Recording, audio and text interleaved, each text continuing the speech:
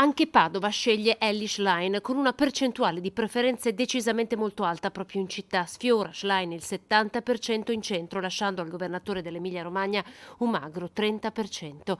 Il segnale del bisogno del cambiamento per il Partito Democratico, per Vanessa Camani, capolista nelle lista Schlein per l'elezione dell'Assemblea nazionale. Qui non è una questione di genere, e non è neanche una questione di leader, è una questione di politica, di linea politica, e io penso che finalmente il PD, dopo tanti anni di governi di responsabilità e di scelte anche impegnative, oggi è pronto per rappresentare una proposta alternativa, non alla donna Giorgia Meloni, ma a questa destra spietata che sta governando il paese e che governa la regione del Veneto. Una vittoria con lo sguardo già alle regionali del Veneto. Altro dato importante è quello dell'affluenza, nonostante la giornata di pioggia e di blocco del traffico. Sono 13.445 i votanti in tutta la provincia. Per le primarie dei Zingaretti erano stati 18.000, più di 5.500 in città.